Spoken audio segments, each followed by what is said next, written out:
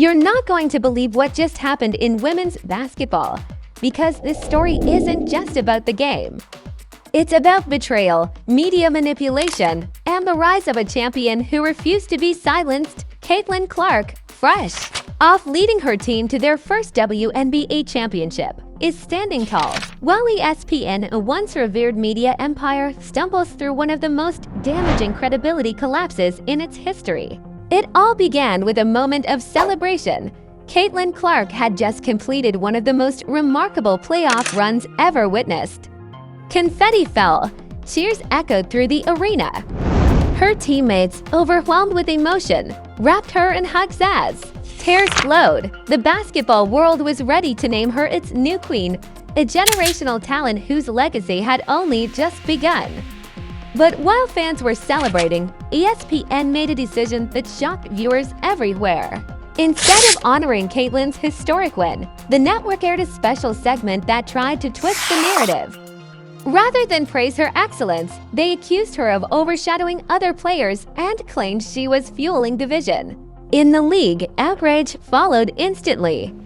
Viewers were stunned. Social media erupted. Respected sports journalists called the move a career-defining mistake. Even former ESPN personalities expressed their disappointment, calling the network unrecognizable from what it once was. But Caitlin didn't falter. She didn't lash out. Instead, she celebrated even louder. Her response was cool and confident. Her celebration was unapologetic. Her message was unmistakable. You can't distort history just because you don't like who's making it. What came next stunned even the most seasoned sports insiders. Tensions rose, backroom secrets spilled. And one former ESPN employee stepped forward with information that could damage the network's future. Caitlin Clark's championship night was already destined for the history books before the final seconds ticked away. The energy in the building was electric, as if every fan could sense something unforgettable was unfolding. Caitlin had led her team from a shaky midseason to a thrilling championship showdown. The final moment, a buzzer-beating three-pointer that sealed the victory. She raised her arms in triumph, like a warrior who had just conquered her greatest battle. The fans erupted. Her teammates rushed to embrace her. Across social media, stars like LeBron James and Serena Williams shared their admiration. This wasn't just a win, it was a coronation. But amidst the applause and excitement, ESPN responded not with celebration, but with criticism. Immediately after the game, the network aired a panel discussion. What came out of that broadcast left millions speechless. Sure, she won, one anchor said dismissively. But are we helping the league by focusing so much attention on one individual? Another commentator added, is this really a victory for women's sports, or just good branding? Then came the harshest statement. Let's discuss the players who deserve recognition but don't have endorsement deals. Viewers were stunned. It was insulting, it was bitter, and it came off as a deliberate effort to tarnish a moment of greatness. Within minutes, the hashtag #ESPN is over party began trending on platforms across the internet. Content creators on TikTok immediately responded, posting side-by-side clips comparing ESPN's harsh commentary to Caitlin's highlight moments. She didn't wait for their approval, one video stated. She made herself the headline. Meanwhile, fans on Twitter voiced their frustration. One post read, imagine criticizing a champion because she's more successful than your on-air staff. Caitlin, she was unfazed. That same evening, she was photographed celebrating in Las Vegas, wearing her championship gear and holding a glass of champagne. Her sneakers sparkled under the lights. The rooftop venue had been reserved for her and her teammates. A surprise appearance by DJ Khaled added to the excitement. Caitlin Clark, we the best. He shouted to a cheering crowd. Footage from the celebration went viral. Caitlin danced to Beyoncé, toasted to her team, and made one thing clear, she wouldn't let criticism steal her joy. Still, ESPN wasn't finished. By the next morning, the network published an article titled The Cost of Crowning Queens. Too soon? Why the WNBA must be bigger than one star? The tone was cutting. The piece suggested that Caitlyn's presence created tension in locker rooms, accused her of requesting special travel treatment, and quoted an unnamed source who claimed she avoided bonding activities during All-Star Week. The article didn't read like journalism. It read like retaliation. But ESPN didn't anticipate what would happen next. The WNBA itself came forward. In an official statement, the league's commissioner praised Caitlyn for her discipline, leadership, and inspirational influence on the sport. Caitlyn Clark represents the future of women's basketball, and we are proud to support her journey, it said. The support didn't stop there. Veteran teammates began speaking up. Jess Carter, one of the league's most respected guards, posted a locker room photo with the caption, "We built this. We earned this. No one's rewriting it." And then came the moment that changed everything. A former ESPN producer named Melissa James released a video on TikTok that stunned viewers across the nation. She revealed that the network had been planning an anti-Caitlyn campaign weeks in advance. They were intimidated by her influence, Melissa claimed. They saw her fan base, her endorsements, and now her championship ring, and they panicked. So they decided to knock her down publicly on air. Her video reached over 11 million views within a day. She followed up by sharing blurred screenshots of internal messages where executives mocked Caitlyn's rise. One message referred to her as Little Miss $1 billion problem. Another suggested they explore storylines about team friction. That always gets clicks. The revelations were devastating. ESPN was no longer facing simple backlash, it was confronting accusations of deliberate sabotage. Athletes expressed disgust. Supporters demanded accountability. Caitlyn stayed quiet at first, but only for a few days. Then she appeared live on Instagram. Over 2.5 million people tuned in. She wore her championship hoodie. Her trophy sat beside her. Her tone was calm, focused, and resolute. "Let's have a conversation," she began. She thanked her fans, her teammates, and her coaches. Then she directly addressed the controversy swirling around her. "I'm not here to be comfortable for everyone. I'm here to compete. And if that makes people uncomfortable, maybe it's time they ask themselves why." She didn't name the network. She didn't have to. The message was unmistakable. Then she said the words that immediately went viral. "If being great is a problem, then I guess I'm the problem child." The live stream ended. The internet went wild. T-shirts with problem child printed across the front sold out within hours. Megan Thee Stallion posted a selfie wearing one. Billie Eilish liked the stream. The WNBA itself reposted the quote with fire emojis. Caitlyn wasn't just defending herself, she was igniting a movement. Meanwhile, ESPN was in crisis internally. Sources reported that major sponsors were threatening to cut ties. Ratings for their basketball analysis segments plummeted by over 17% in just a week. Veteran anchor Jamal Hill tweeted, "Disagreements happen, but this was sabotage. And it's disgraceful." Rival networks took advantage of the moment, pointing out ESPN's growing disconnect from both fans and athletes. Behind the scenes, ESPN scrambled to recover. They attempted to invite Caitlyn for an exclusive interview. She didn't respond. Desperate for control, they aired a late-night special segment, re-examining Clark's impact. Did we get it wrong? Featuring to analysts offering half-hearted praise. One said, "She's obviously talented."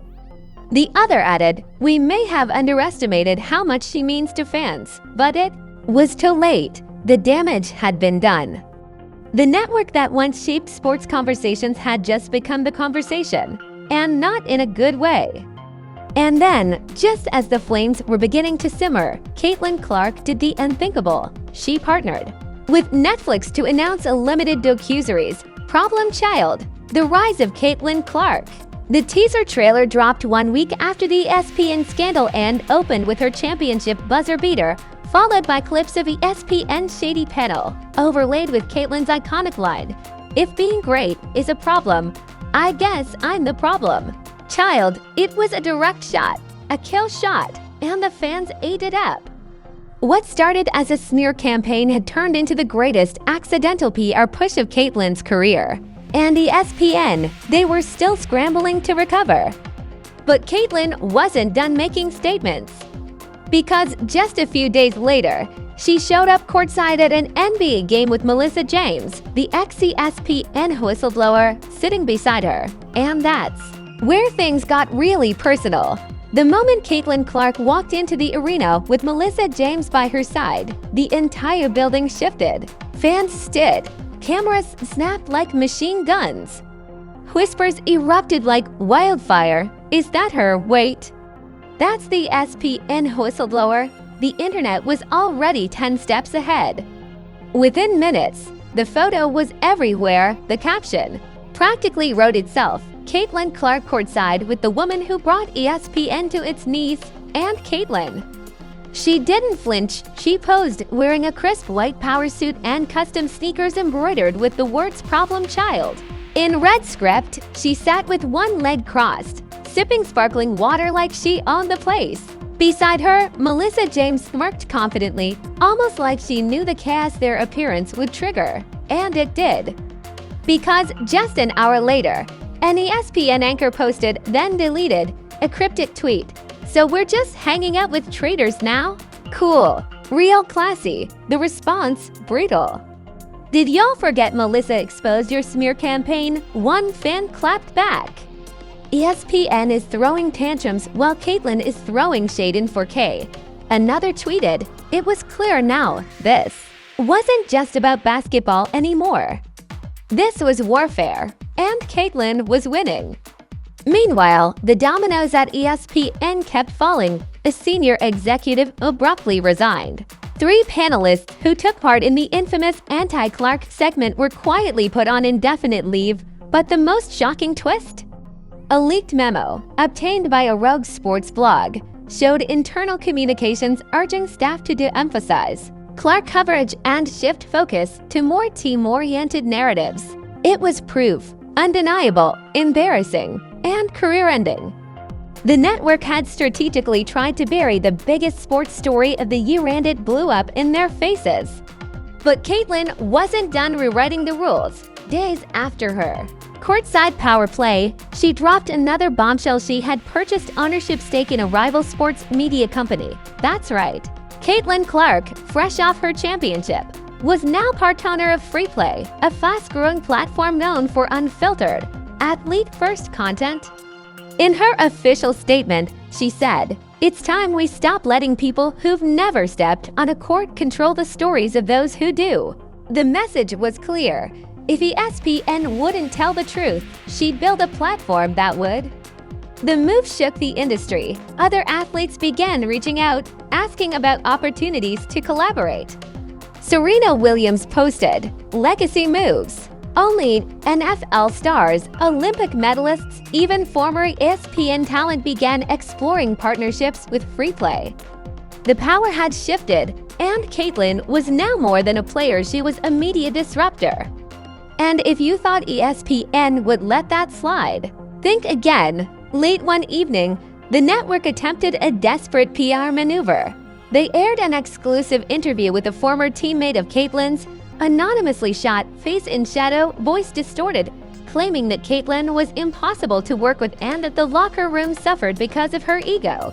But here's where it got messy. Viewers immediately recognized a silhouette. It was Chrissy Vaughn, the same disgruntled ex-teammate who'd been benched during the playoffs for poor performance.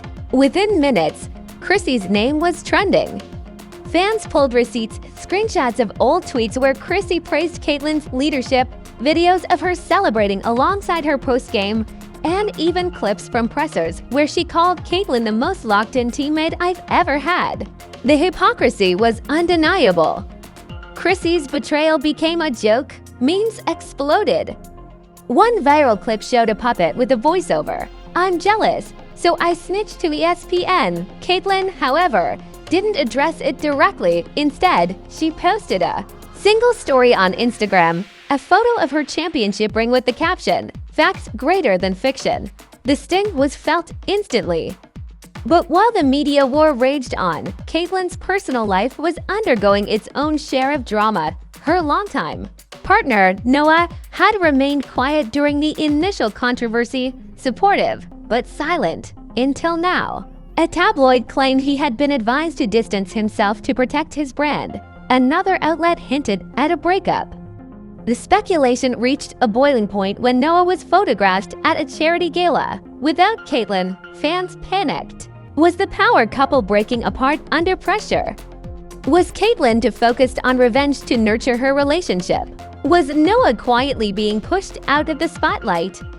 The answer came unexpectedly from Caitlyn herself. During a live Q&A hosted by Freeplay, a fan submitted the question, "Is Noah okay?" Caitlyn smiled, took a deep breath, and said, "He's better than okay. He's the one holding me down while I burn down the system." She paused, then added, "Don't believe everything you read unless I write it." And just like that, the relationship rumors were extinguished. But the battles weren't over. 1 week later, Caitlyn received a formal invitation to appear on ESPN's biggest sports debate show as a guest. It was framed as an opportunity to clear the air, a chance to set the record straight. But Caitlyn's response, pure savage. She tweeted a screenshot of the invitation with the caption, "I don't go where I'm tolerated, I go where I'm celebrated," declined. The tweet racked up 6.8 million likes in 12 hours. ESPN was left humiliated. And then came the final twist of the saga: massive protest outside the ESPN headquarters. Organized by fans, athletes, and even former employees, the protest was dubbed #TruthOvertakes. Hundreds gathered holding signs that read "Caitlyn was right," "Let players speak," and "Down with corporate spin." The images were powerful. A 12-year-old girl wore a Clark jersey while chanting "Tell the truth" beside her dad. A group of former NCAA players handed out flyers with timelines of ESPN's smear campaign. Even Melissa James made an appearance, standing beside Caitlyn's WNBA teammates, calling for accountability in sports journalism. The message was loud and clear. This isn't just about Caitlyn Clark anymore. This is about silencing athletes, especially women who dare to shine too brightly. And the best part, Caitlyn didn't even attend the protest. Instead, she posted a single clip that morning, her championship buzzer beater, played in reverse, with the words, "Funny how the truth always finds its way back." Fans shook. ESPN cornered Caitlyn Clark, untouchable. But with the league, the media, and even personal relationships hanging in the balance, the world asked one question no one could quite answer. What will Caitlyn Clark do next? Because when you've already burned down the system, where do you go? The world had seen Caitlyn Clark, the athlete, the record breaker, the problem child who refused to be controlled. But what came next was something even more dangerous. Caitlyn Clark, the architect. With the ESPN's credibility lying in digital shambles and her Freeplay platform surging in views, subscribers, and investor interest, Caitlyn made her next move with surgical precision. And this one had the entire industry holding its breath. Late one Sunday evening, Freeplay dropped a teaser trailer, black screen, glitchy audio. Then Caitlyn's voice, "This isn't just my story. This is your story too." The silencing, the gaslighting, the spin. They thought they could bury us. They forgot we were seeds. Cue title card. Silenced: How the Sports Media Betrayed Its Stars, a 3-part docuseries premiering in 2 weeks. Boom. The internet detonated. Reddit forums erupted with theories. She's gonna expose everything. I bet she's got more ESPN receipts. This could kill careers. Athletes from other leagues started resharing the teaser with cryptic messages like "Been waiting for this," and finally, someone saying it. Within hours, #silenced by media trended worldwide. And ESPN, they panicked. Their legal team issued a vague public memo. We stand by our coverage and deny any intentional campaign to harm athletes' reputations. But no one was buying it. Too many leaks, too many lies. Too much damage. Caitlyn hadn't just beaten them at basketball, she'd beaten them at their own game. And now, she was pulling the curtain back on the whole theater. But even as she publicly dismantled an empire, Caitlyn was quietly facing new challenges behind the scenes. For starters, league tension. Several WNBA veterans, previously silent, began speaking out in subtle but cutting ways. In a recent press conference, Ayanna Rivers, Caitlyn's longtime on-court rival, was asked about Clark's championship win. Her response, "She played great. But championships aren't built by one person. I just hope we're not rewriting that part of history." It was a passive-aggressive dig. One that didn't go unnoticed. Caitlyn didn't clap back online. Instead, she showed up the next day at an off-season charity game wearing a jersey with the number 1 on the back and the words "team effort" printed in bold. The message was crystal clear. "I hear you. And I can play the shade game too." But the drama didn't end with Ayanna. A mysterious, anonymous source began leaking clips of locker room footage, showing moments where Caitlyn appeared distant, isolated, and even visibly frustrated with her teammates. One clip, taken after a tense game, showed her muttering, "If they can't keep up, maybe they shouldn't be here." The video lacked context, but that didn't matter to the press. Headlines exploded. Is Caitlyn Clark too toxic to lead? WNBA divided over stars' behavior. Fans, of course, were split. Some defended her fiercely. She wants to win. That's not toxic, that's called standards. Others weren't so forgiving. Leadership is about lifting others, not throwing them under the bus. The locker room became a hotbed of whispers and unspoken alliances. Teammates who once adored her began to keep their distance. Her coach, though proud of her performance, was reportedly exhausted trying to balance her ego with team chemistry. The pressure began to mount, and Caitlyn felt it. In private moments, she confided in Melissa James, who had quickly become her closest confidant. "I never asked to be perfect," she said one night, pacing her penthouse. "I just wanted to play. I didn't ask to be the revolution." Melissa, ever blunt, responded, "You didn't ask. You became, now own it." But Caitlyn wasn't. The only one navigating fallout, ESPN, the wounded, wasn't dead, and they were desperate for revenge. They launched a new show, Legends Only, hosted by former athletes who subtly, yet consistently, undercut Caitlyn's narrative.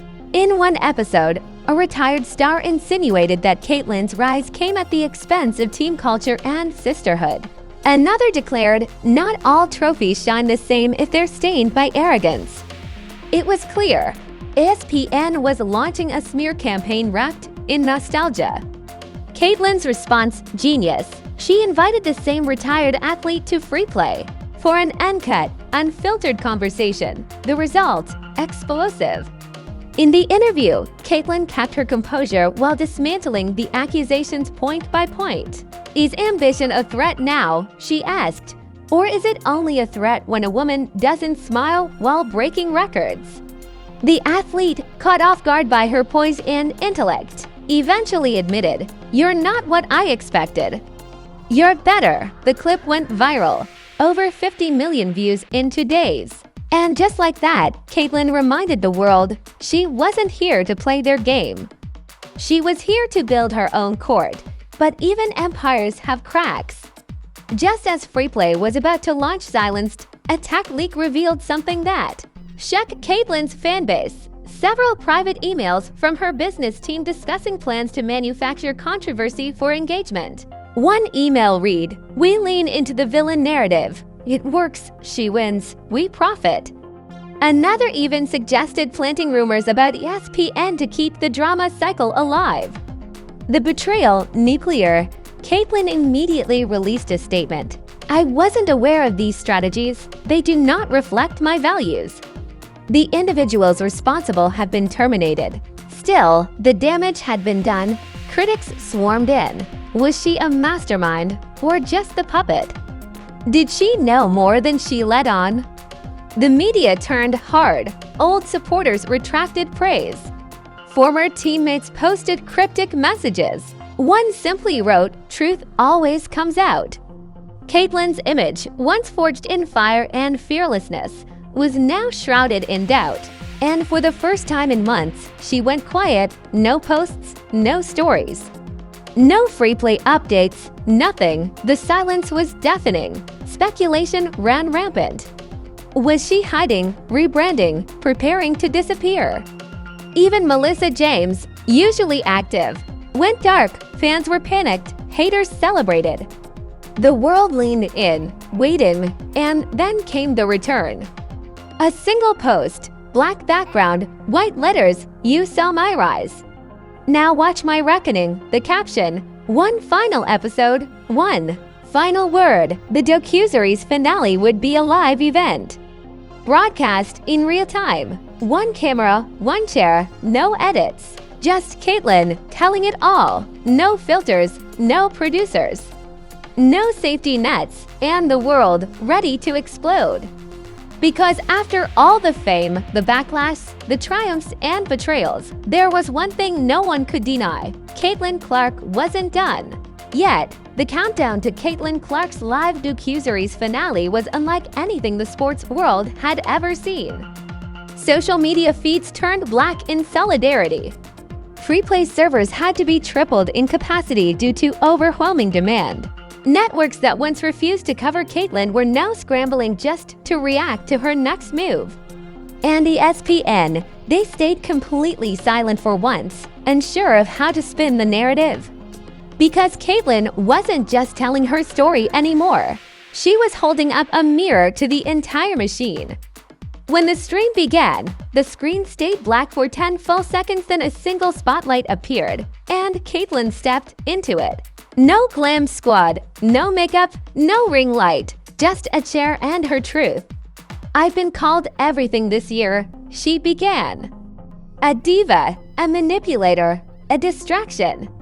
A legend, a villain, a queen, but here's what I haven't been called: enough human.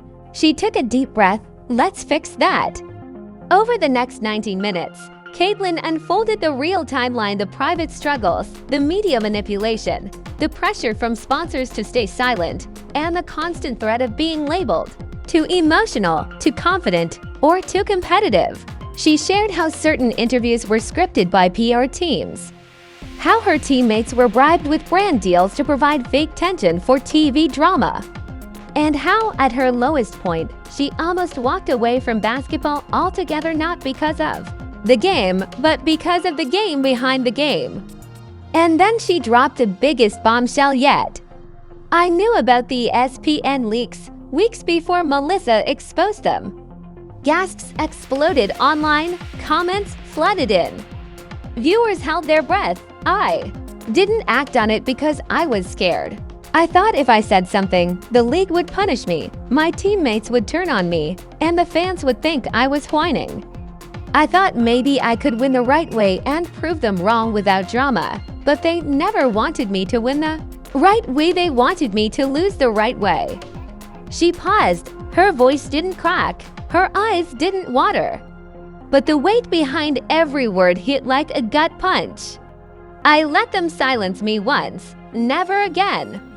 She then turned her attention to the fans, the ones who'd ridden the roller coaster with her, from the NCAA glow up to the